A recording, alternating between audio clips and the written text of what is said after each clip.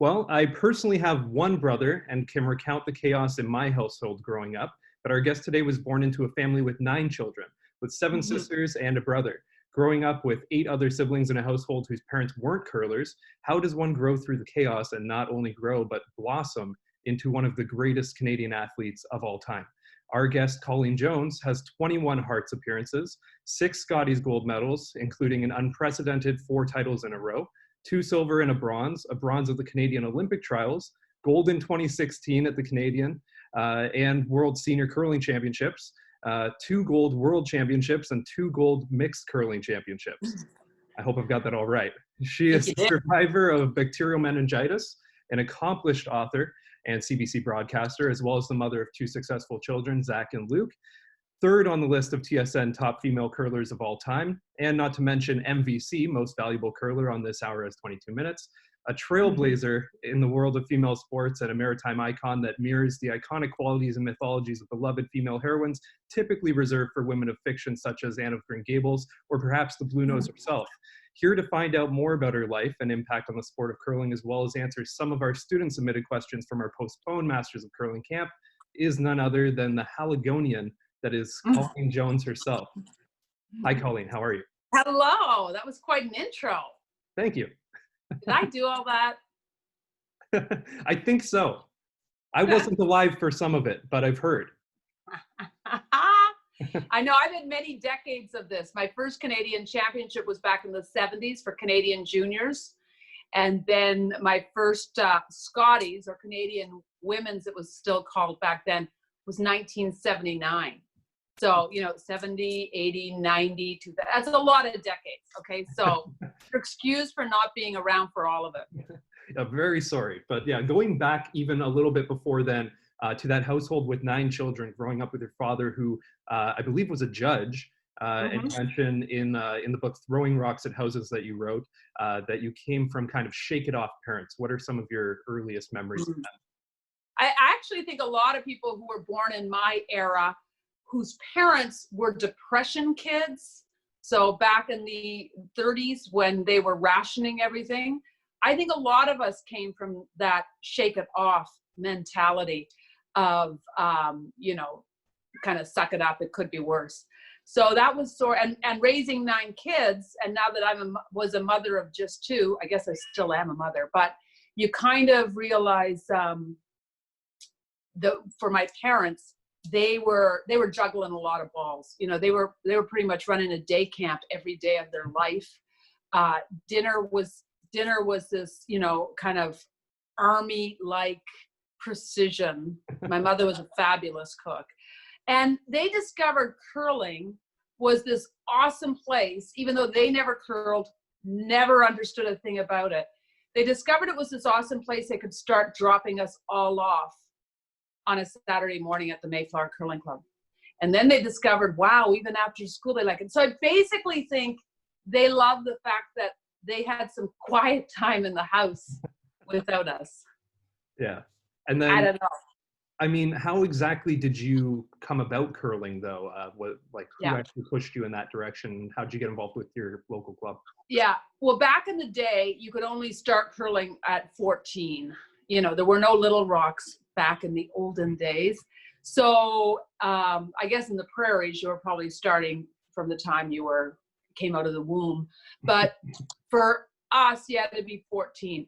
So my first sister, Barb, one of our neighbors, the Fitzners, they were curlers.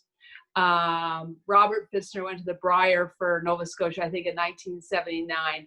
Anyhow, they were the family that encouraged my sister Barb to go.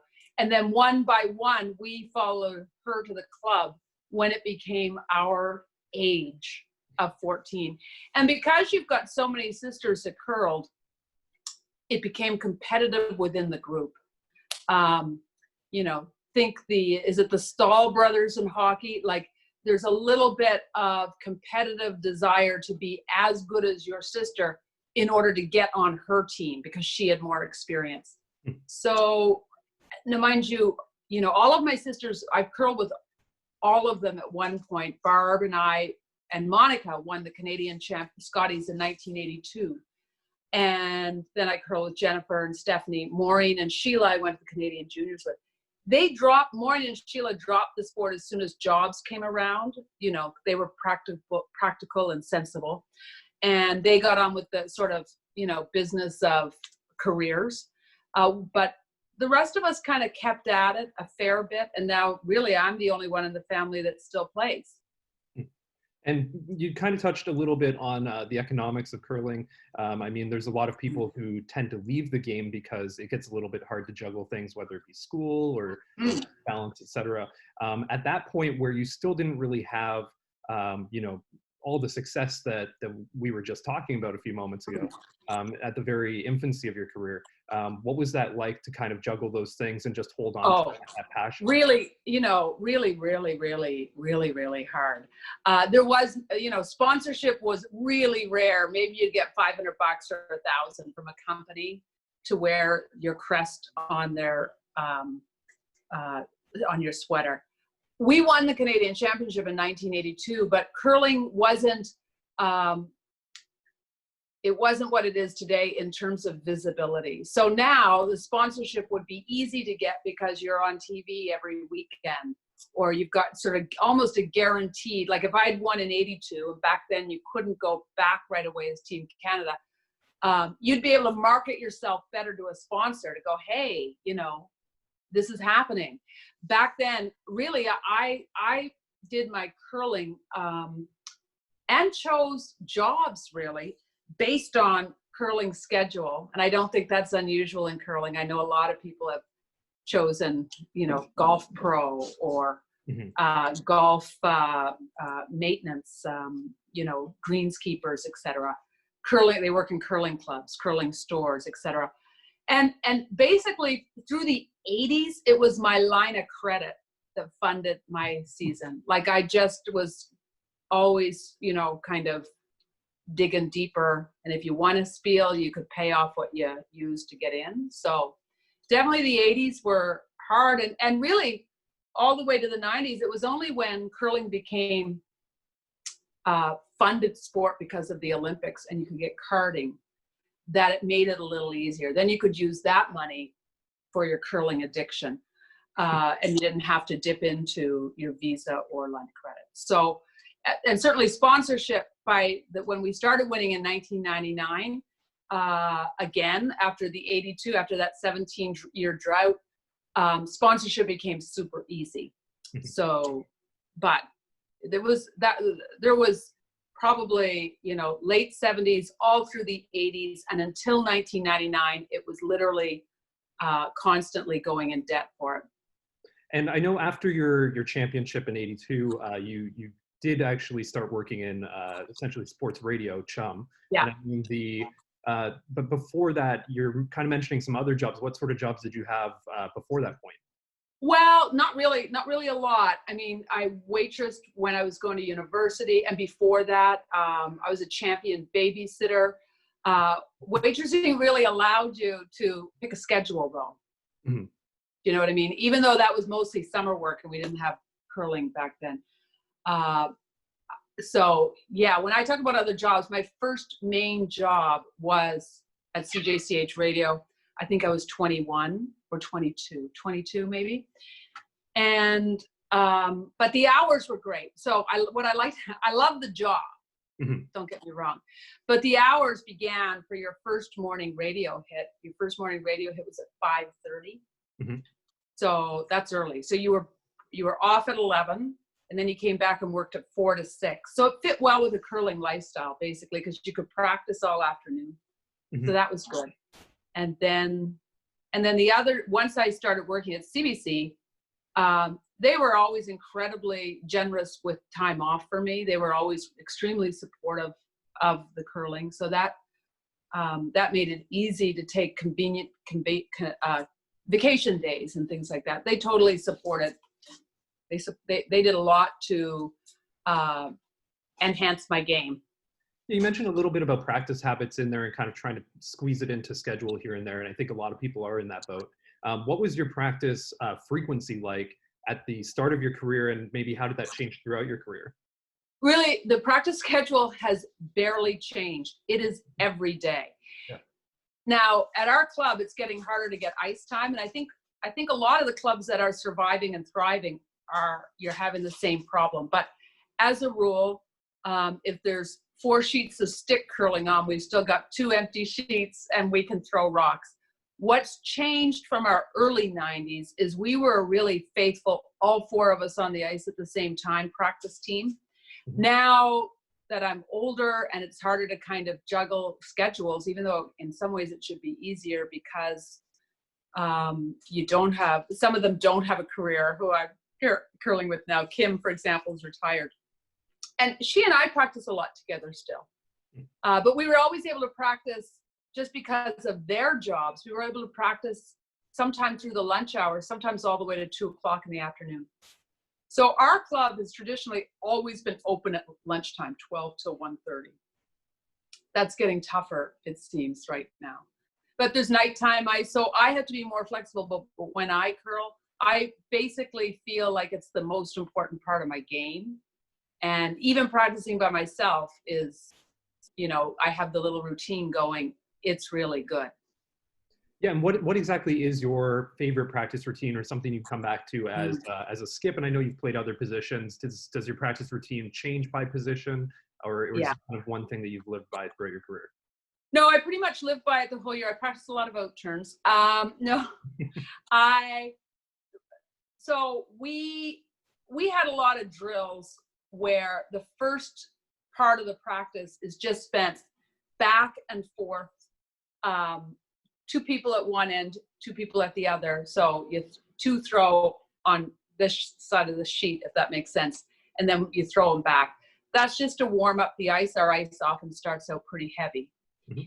From there, we go to what we call progressives, where you throw 5 rocks in a row at a broom with sweepers. You start with a guard, you go with a come around, you go with backline, hack, and peel. And each of us do that with sweeping, and we do that coming both ways. Maybe one time we'll throw it into the button, and the other we're going to the wings. And then we have another drill we always liked, and it was one person holds the broom. It's called the hit drill. The person that starts holding the broom gets to put the rock wherever they want, and whoever rolls out then has to go and hold the broom, and the other person gets to play. So that usually became pretty competitive because no one wanted to be the broom holder. We always finish a practice with a draw to the button contest, and the girls would always joke that we didn't leave draw to the button until I won. So like if somebody else won, I'm there, oh, no, but you weren't really on the button. Or, oh, no, you were behind the tee line, so that's not really very good. I'd always have an excuse why we needed to keep going. And then the other go-to practices were if we were in a game and I missed like a blank attempt or a real simple shot, especially like for me, a hit and stick out in the wings could be a little problematic. And some of that's not because of me, well, it might be, but because of the ice. I mean, sometimes in a curling club that can get real frosty or ugly, depending on where you're at in the game or where you're playing. So, but if I missed a shot, that cost us the game. That would require me to go out and just throw that rock for all 16 rocks going up until I made it 90% of the time. And then the other, if I'm by myself, there's all kinds of drill. Have I done too many drills? Am I boring you with my drills? No, I think people love drills, but I think the thing that I think you're about to touch on is a little bit more specific to your individual practice and maybe the needs of, say, after an event, kind of what you're touching on with, right, almost recalibrating after an event, which is definitely something that happens on tour. You've worked technically, you go out to an event, the ice has changed, things like that, and you just throughout a week-long event, you pick up little tendencies that you then have to correct in your practice. True. And some of that depends, like depending on where you play, sometimes I'll get on hacks that I find not right. Maybe they're set a quarter of an inch deeper or higher and it throws everything off. Maybe the pebble is funny and I find I can't slide properly. It's not my normal fluid slide. It feels like I'm kind of throwing through sand. So sometimes you have to do an autocorrect for that. But a couple of drills I do on my own when I'm there. One is from Paul Savage. This he told me about in the 90s when I was really not a drawer and struggling with draw. And he said, just throw 2 rocks up.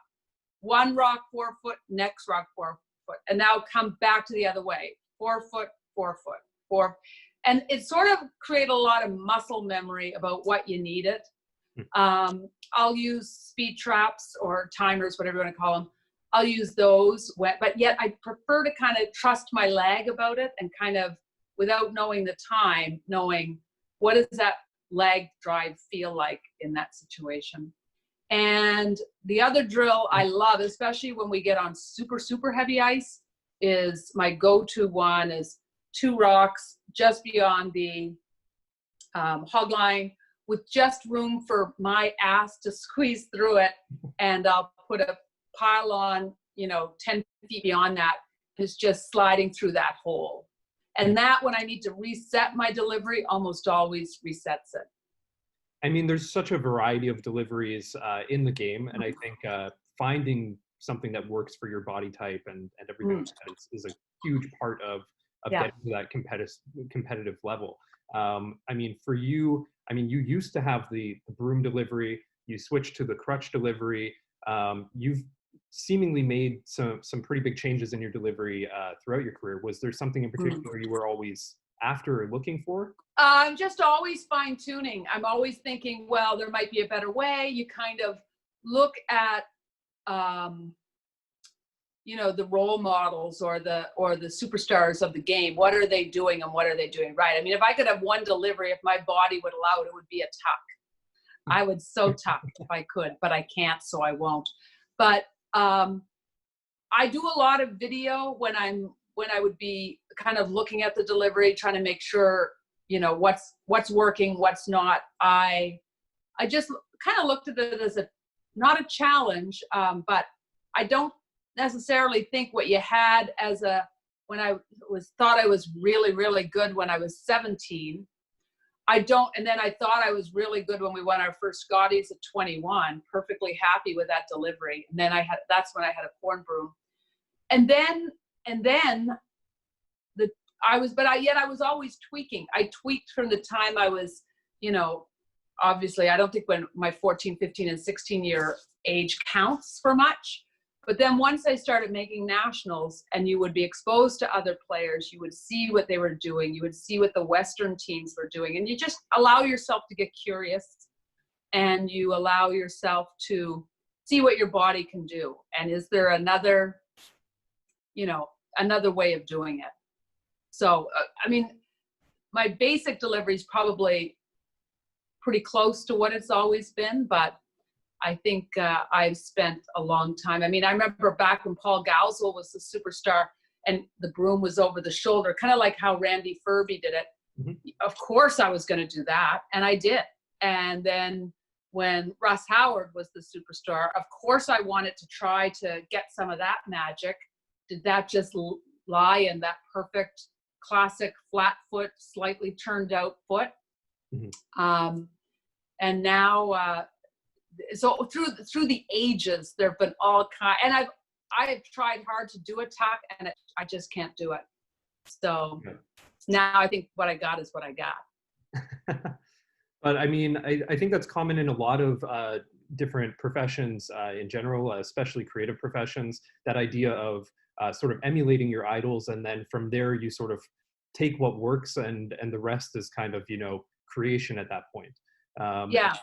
And it takes many years to get to that point where, like you said, the fine tuning sort of stops. But even then, if you're really at the top of the game and you're trying to stay at the top of the game, how do you continue to prove and continue to push that barrier? And you almost have to look for tweaks and changes.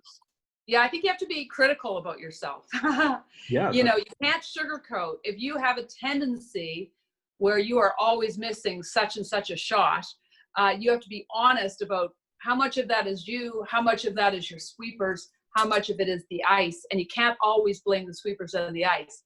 At some point, you have to look and go, okay, it's this. Okay, maybe Maybe I am sliding in out there, or maybe I am tight, or it doesn't feel tight on my intern, for example. And that's really when video helps, I think, by kind of spending some time looking at it, going, okay, you know, if you do like 20 deliveries in a row of the exact same shot you're having problems with, and then you know when it's right, and then you're able to kind of look at the video, and it's for some reason it locks in your brain more, because the visual is really proof of what you got going on. You know, either that the rock isn't behind the foot, or you can see a little. For me, it would be a slight C at the beginning of the delivery. So I try not to move much. You know, no forward press, just go.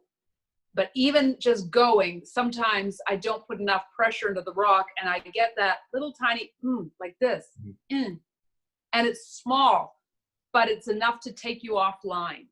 So sometimes, I mean, there was a time through the 90s, I would always yell out fixing to the girls, like, okay, I see that I've got it wrong, I'm fixing it. And I think being able to fix a shot is an art form too. Like, you come offline and you know you're not going to make it. You got to drag the rudder, as we always say, and get yourself back on course. Yeah, and I think the start of your delivery is so critical. The analogy I like to use with the juniors is kind of like throwing a dart. When you're in the hack, you're holding that dart, you have complete control, and once you slide out, you're flying, and there's That's not the way much you're you going. can really do. Yeah. So I mean, there's some fine changes you can make, but yeah. And I think with the video, when you can see it, you know, seeing is believing, and I think sometimes that's enough for people to go, okay, that is exactly, you know, it sometimes feels different than it looks. Yeah. And, you know, I think like kids are able to start so young because of little rocks, but I don't know that that's always good, because sometimes they get locked into a style or a method by such a young age. It's hard to break the pattern. Whereas starting at 14 and not locked into anything by then, and really listening to, you know, I've been lucky enough to have some terrific mentors and coaches through my career, and I listened to them. I was really kind of I was an eager student, and I think never thought I was good enough. And I think that was my best asset, where I was always looking to improve. I mean, we had Rick Folk come down and help us. Jerry Peckham from Curl Canada used to come and give us training camps and help us a lot. My coach, Peter Corkum. And then we moved into sports psychology with Ken Bagnall. Joyce Myers was another longtime coach for me as a young junior into early adulthood. And just having a sounding board. And it was really an advantage not to have my parents curl either, because first off, they rarely came into the curling club. Secondly, they did not understand the game at all. And thirdly, I didn't have to listen on the drive home, you should have made that shot. For them, every shot looked impossible, even a draw. So they were never critical. I watched other people come off the ice and listen to their father, well, you could have made that shot. That was easy. I didn't have that once in my life. And that was in hindsight, a lovely blessing too. And I mean, the mentors that you touched on there, I mean, back when you were 14 into juniors, you didn't really start with, you had some minor success, but you didn't really start with the sort of winning that the general public now associates you with. You kind of had a tough time for a couple of years before sort of breaking out. Certainly the Canadian juniors, I mean, we didn't know what we didn't know back then. I mean, curling was barely on television in the 70s. It was Briar Night Live. Women's curling wasn't on at all, except for, I think, in 79 and 80, CBC started broadcasting the final game. So there was no way for you to see what are the Kathy Kings or Connie Lalibertys, who I wound up curling juniors with, what are they doing? What makes them so good? Until you wound up at a junior with them. And then you were like, wow, they're really good. They don't miss. They seem to me like machines. And so I think a lot of it was just trying to figure out how to play the game. And we didn't have enough mentors here in the East. Like, we're pretty, isolated. And it wasn't a big curling community back then by any stretch of the imagination. It certainly wasn't the cool thing to do. Maybe it still isn't. You also had, I'm going to play the shot from, I'm sure you'll remember this one. Okay. Just let me screen share here for a second. Okay. Can't wait to see this technology.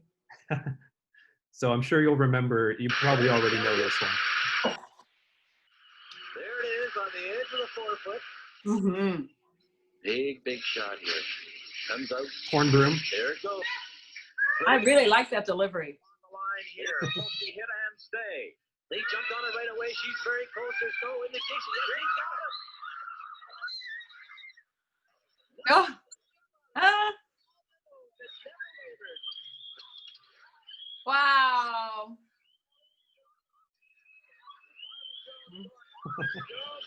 The celebration is fantastic. I mean, did you practice jumping on ice before that? I think the No, never practiced jump. Although we would always start the practice back in those days with one of those jump from the back of the backboards onto the ice to the hack, so that you would fly all the way down to the other end and touch the other end. I don't know that I could do that today, but that leap of pure joy, that stays with you forever.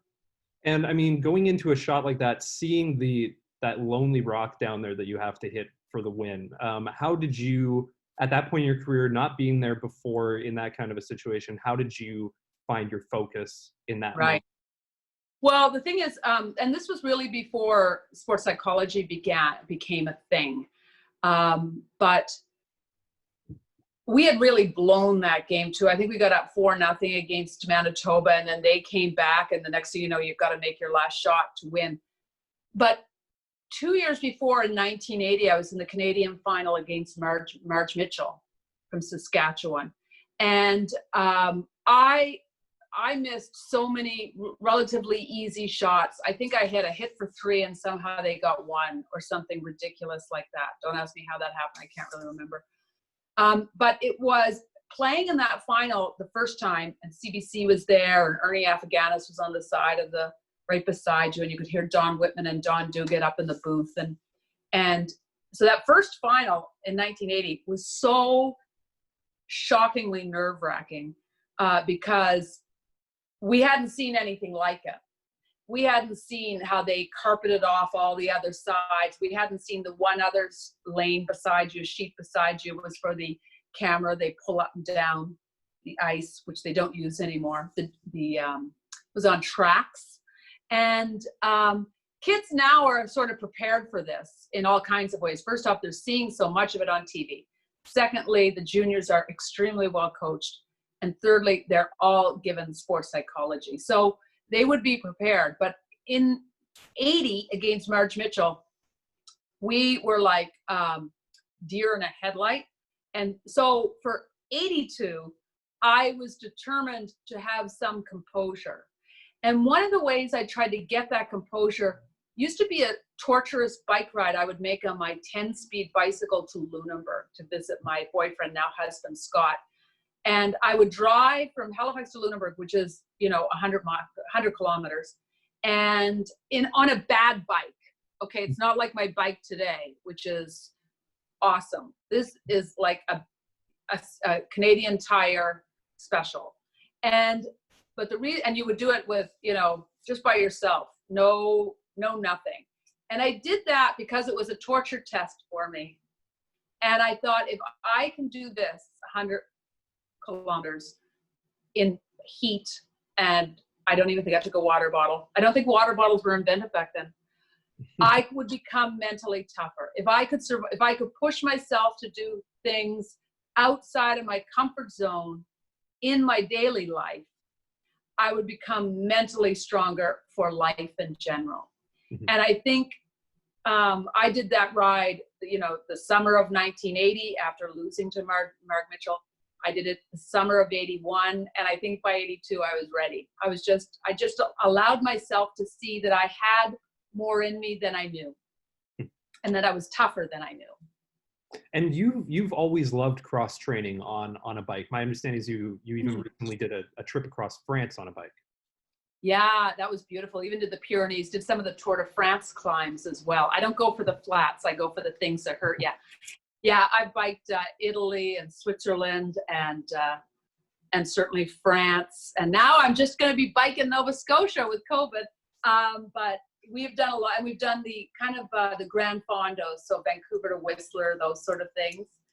And I'm not the fastest rider, but I finish. And your head goes to a lot of different places when you just allow yourself to almost meditate on a bike and just see the lane in front of you. And mostly I would always meditate on scenarios or how to get better, how to get mentally stronger. To me, the most important part of the game is your mental toughness, and how do you improve on that front? Because I think most of what happens for the people who haven't crossed the threshold is they quit just before they're at the finish line almost, so they give up in a 7th end or something, or, they lose it in the 8th end or something, but not because it was particularly a tough thing, just that the nerves were getting to the part of the game. And I mean, was visualization like that, like you were saying on the bike, did that also kind of come into play with curling matches? Would you visualize, a final or a particular game or many years ahead? How would you use visualization? For sure. I remember walking back when Lindsay Sparks was sort of the curler. I think she won in 78 and 79 or something, maybe 77 and 79. And but I always visualized curling against her. And I would go for walks and just imagining me beating her.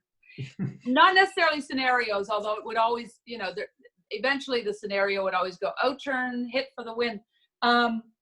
But visualization was something that always probably comes naturally to most people. And you just have to allow yourself to visualize and daydream a lot more. I think that's sort of the key to, terrific success. Even in these COVID times, not knowing when we're going to get back on the ice, the more you start visualizing the game, your emotions, your feeling, how do you feel, the stronger you're going to be when you get back on the ice. If you just do nothing worry about COVID, or if you're just worried about when are you going to get on the ice, you're not doing yourself any favors. I think you have to really be kind of on track with seeing yourself winning. Yeah, and I don't know if necessarily everyone realizes this, but you were one of the first, maybe the first team to bring a sports psychologist with you to a national event. Yeah, as a coach behind the ice too. Mm-hmm. So Ken Bagnall, we were lucky enough to work with, and we work with other sports psychologists too, but Ken was our magic ingredient really, because he really invested a lot of time with our team. He got to know the personalities, and he made you be honest with if you were sabotaging something, or if you weren't a great team player, or if you weren't a great team player just in that one game, or are you consistently not a great supporter of your teammates? Because, I mean, that just ruins the team. If you've got one bad apple on the team, it's not going to go far. You really need to have, the best ingredient for a winning team is chemistry. And Ken made us look hard in the mirror and be honest with when were we giving up, or when were we blaming others. And he gave us the tools to recognize that we were hurting the team by doing that. And so he was great. With that, there was a lot in my chat with Glenn Howard as well about, just understanding the particular communication styles of your teammate and how long that can sometimes take to realize, and just kind of getting to that point, whether it be through coaching or, team building or whatever it takes to sort of get there. With you, did you ever feel like you had a team DNA or something that you always tried to replicate, having, the other people on your team sort of fill certain roles? Yeah, we definitely, for the team, for Nancy, Marianne, Kim, and I, for the success of winning 5 Canadians, we each had a real role. And one role they let me have was I was the leader on the team. So on days that I kind of shrunk from that, maybe I wasn't feeling well, maybe I was cranky, and this is where Ken would help. recognizing that, no, they need me to step up. And Nancy was always the rose-colored glasses, everything's going to work out. Even if you lost a game, she would say, but this is going to be great because our draw now in section B is really terrific, you know. So, and then Marianne was the quiet, I don't even know the right word to follow after quiet. She's very quiet and strong, and she never speaks over a lot, but when she does, it's worth listening to. Kim has a lot of fire in her. And there's where Ken just helped us a lot, seeing here are the people you are. And you should embrace this because you're each so different and you each bring something great to the team. And so that, you know, he was able to call you on it just by looking sometimes at body language that you were off. So that was really helpful. Yeah, and I think with that, playing to each other's strengths, and I mean, there's one more shot I'm going to play here in a second that I think is maybe possibly the most talked about shot in your career, where it may have seemed obvious to throw a draw for many, but you stuck to your strengths and stuck to your guns. Well, I already know. You don't even show me the shot, but you can show it. The only reason why I called the hit and roll was they had no dehumidifiers in the building we were playing at. The frost became insane. At one point, I had to go get a mitten. This is when I was playing Kelly Law, correct? Yes. Yeah. Yeah. I had to go get a mitten out of a broom bag with time running out and put it in the hack because I was slipping in the hack. So draw weight became impossible. And so I wasn't going to risk trying to throw, you know, a 12-second draw to win a Canadian. I would prefer to play the out-turn hit and roll, even if I only did win it by this. But go ahead, show it. Well, I mean, that's a great description, too, of some of the other things that you have to consider when you're out there skipping and managing. You're managing the ice and conditions and the team. You're always managing the ice, and you always play the odds. What shot? Maybe don't call the shot everybody wants you to play, which would be the glory shot draw. Play the shot you know is the most makeable of the shots. So so it was funny. Just no one could tell me the time that I should throw. But in the last two ends, we had seen some horrific drawing, and it was just because the frost had got so bad. I don't think this is playing for you yet, though. Four. Is that gum? Yeah. Yeah, and then frost will stop it. But you pick your shot, because either one of these hit and rolls work too. Yeah, the hit and rolls work too. Whatever you like. This one's a little funny.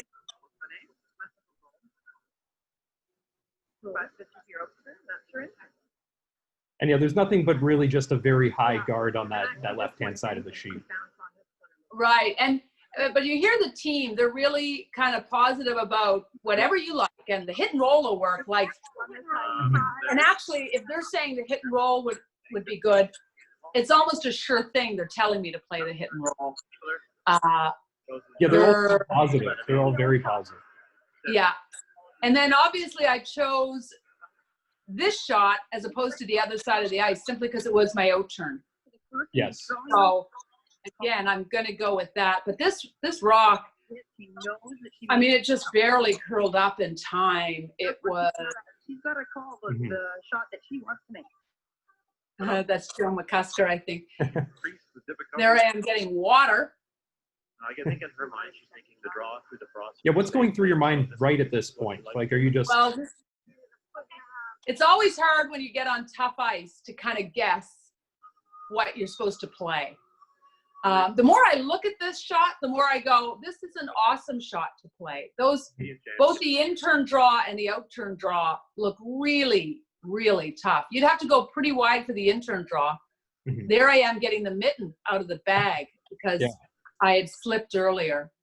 And this freaked people out at home. After when I got home, people came to the airport and they said, you got a mitten and you put a mitten. Like, what were you doing? I had slipped on the rock before, so I wasn't going to make that mistake twice.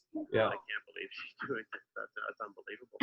That must be Mike Harris. Yeah. I think she slipped the last The call is great. And, we've done that before too. And then just dialed in. Well, Will Kelly Law successfully defend, or will Colleen Jones I like listening to third Don. the championship? No! Whoa! We didn't know about directional sweeping back then either. No,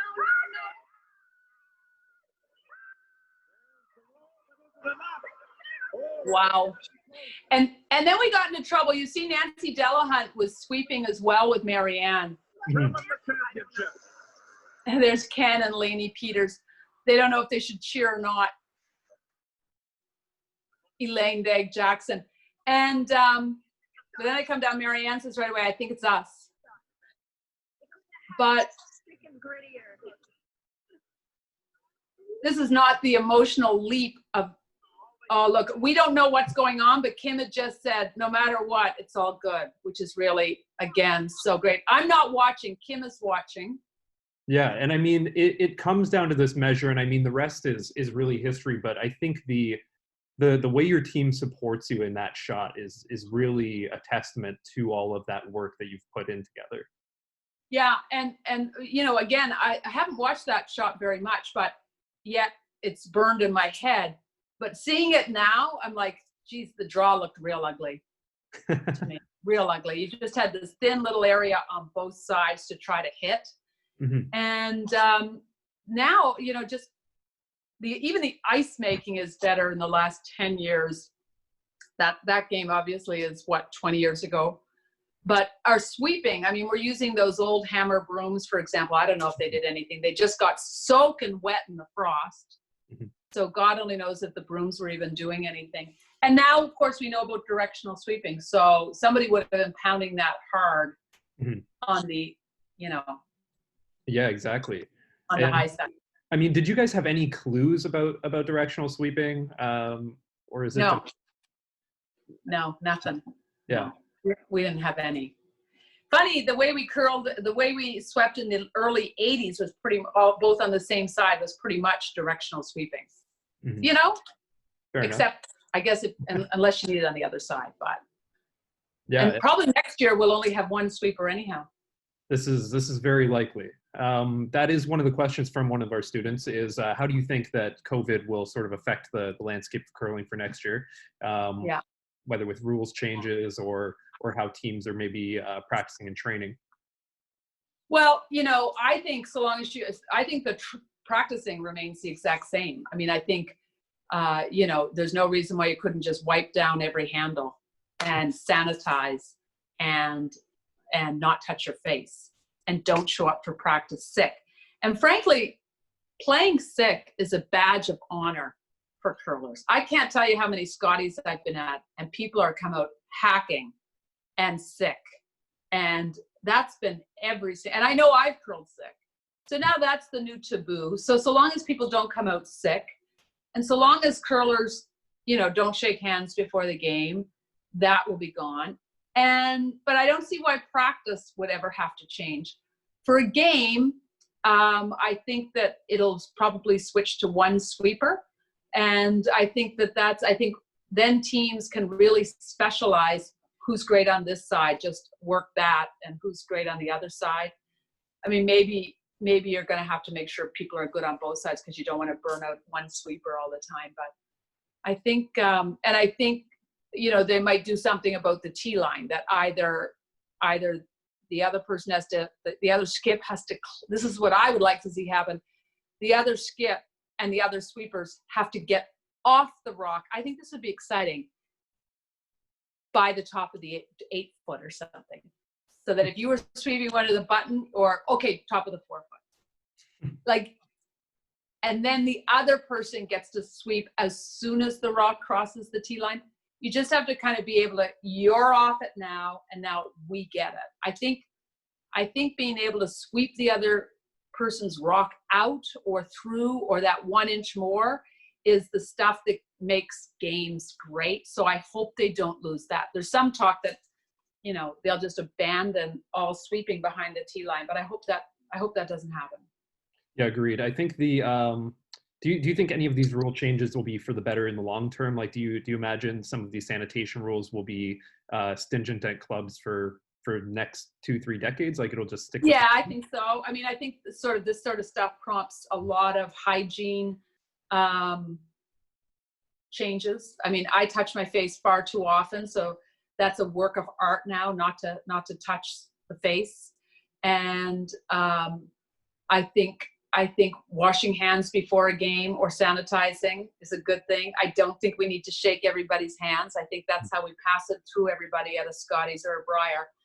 And I think honoring the need for sanitation is one of the biggest takeaways, and not showing up sick, even though I know some people could be asymptomatic. I think that's just the way forward, and I don't think we're ever going to lose that, because they're not going to figure this thing out in a hurry.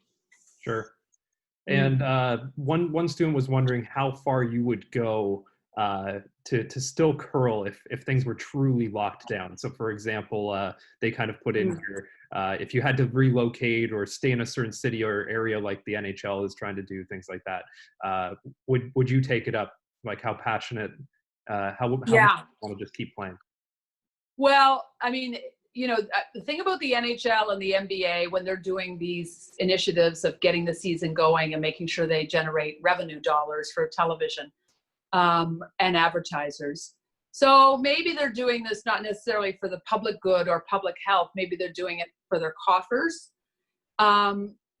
So curlers, so let's say if I was still in my prime, able to go to a Grand Slam or something, you'd have to show up at a location, and if COVID was around, you'd have to quarantine for 2 weeks. You're leaving your family and your family, and still a lot of curlers work. So you're doing that too, and then you're playing in the week-long event. Maybe you win, maybe you lose. I mean, I think that's going to get tiring really fast for a lot of people. That's a lot to ask from curlers that aren't making a lot of money. So I think it's, I don't know that we'll see that. We might see it for some of the Grand Slams, or obviously the Olympic trials, people will do it. How far would I go? Once I used to make a backyard hockey rink in the backyard, and then I decided to try it for curling, and I didn't put hacks in, but I didn't understand how cold the rocks needed to be in order to, before you sit them on the ice. So I only put them out the night before, and then the next day I put them on the ice, and they weren't cold enough.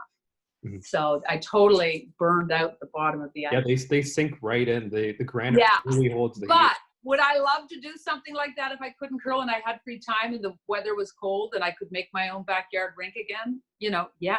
Problem in Nova Scotia is that you get rain and fog, and the winters aren't what they were. It's not the best. It's not the best pebble. Yeah. But let's say one of the other provinces, let's say New Brunswick, they often have a lot of ice at their training academy. That's an easy drive. That's 2 hours. I would do that. I know our curling club's already sending out a survey saying, if we don't start curling until January, would you still join? That made me a little sad, because again, I think going forward, we just all need to be honoring the COVID rules of sanitation, and making sure personally you own up to the things you need to do, which would be wipe down the rocks, not sharing brooms. Sometimes you will see people, we used to share the same crutch, for example, when Nancy and I both threw it. I mean, not doing that, just generally making sure you honor your health enough to not show up if you're sick. And I think that will go a long way. And coughing into your arm if you have a cough. If you have a cough, don't come. But let's say you just cough accidentally because you have a tickle in your throat, like making sure you do it right. In the sort of well, how far would I go? I'd go medium far, but not too far. I think one of the things for me is I never sold out. I curled a lot, but I always try to have a proper balance of all areas of my life, so that my kids were the first priority, the job was the second priority, curling was the third, and I tried to give attention to each of those, but never go overboard. Never go overboard with curling. Although I went pretty overboard. I mean, you were 4 in a row. Yeah, it was great. Once you got to that point where you had those 4 in a row, and you sort of, like you had mentioned earlier, that you had that big gap between 1982 and 99. I think, and I mean, I went back through, I mean, I've been using newspapers.com, going back through the old articles before I was born and looking at some of the articles when you won. And there actually seemed to be a large amount of doubt that you would ever get back in that period of time from some of the press. And, Yeah. you Well, obviously it'd be easy to write off a person. I mean, it was such a Cinderella story to kind of go 17 years and then finally win. But really, I mean, establishing, first off, motherhood and being a good mother and being there to take them to all of their events, making the backyard rink for them, being their parent teacher, helping with homework, was first off the most rewarding and best job I ever had. So I was not going to give that job away. And then number two, the job, my job part, what was I going to say about the job? Something important. Just balancing. I think the idea of balance just keeps coming back for me. And I'm glad I did what I did, the way I did it, because, you know, life has worked out pretty sweet. Yeah, I mean, once you got to that top point, was pressure off, or did it feel like there was more pressure to stay up? No, there was always pressure, and the girls would probably say that, because as soon as we would win, I remember winning in Gävle, Sweden, the World Championship, and right away I was trying to think, now how do we do this next year? Like, I didn't even take a night off. I was already thinking, how do we get a little bit better? How do we get better? I mean, back then it was sort of Annette Norberg, who was the Anna Hasselborg of the time, and she was just a phenomenal play, every bit as good as Anna, although Anna's a great superstar in her own right. And as soon as you started kind of seeing where, especially Sweden was, and the rest of Canada, you were kind of going, we need to get a lot better. Like, you're able to look at the game against Kelly Law and go, well, we could have lost that like that. Like, every every championship we won, I was pretty much coming off the ice, go, well, we could have lost that. Not to be Debbie Downer about it, but just realizing, like, we barely won. Like, we did not dominate. We got whatever. I'm never going to say lucky, but I just realized the competition was so good. I guess that's it. And I was always trying to find a way to get better. So curling seems to be doing relatively well on gender parity, particularly since evening out the prize pool of the Scotty and the Brier in recent years. Are there any more gender gaps to address in curling, in your opinion? What about diversity? Oh, diversity. We have got to find a way to include more Canadians in our sport. I mean, it's a very it's not diverse enough. And I don't know how you fix this. I don't know, you know, if our curling club has done a fair bit to try to go out and encourage schools in our neighborhood to join the junior program. It almost seems like now, if it's not a parents or grandparents sport, people aren't interested. But I really think diversity needs to be pushed. And I think one way at it is, with so many new Canadians here, encourage them to, like, start an all-Syrian team so that maybe they can go to the Olympics someday, right? Anything like that. I think we haven't made a mark on that. I mean, we're very much an equality game, an open-minded game in terms of male, female, equality, but diversity is, it needs to be way more top of mind, and figuring out how do we attract a more diverse curling population is essential for this sport going forward. Absolutely. Cool. So I think I'm going to wrap up with one more kind of thing here. Okay. A little bit of a visualization exercise for you. Okay. So I'm going to have you close your eyes for a moment. And when you're ready, okay, perfect. And just imagine perfect curling game, right? So who is on your team?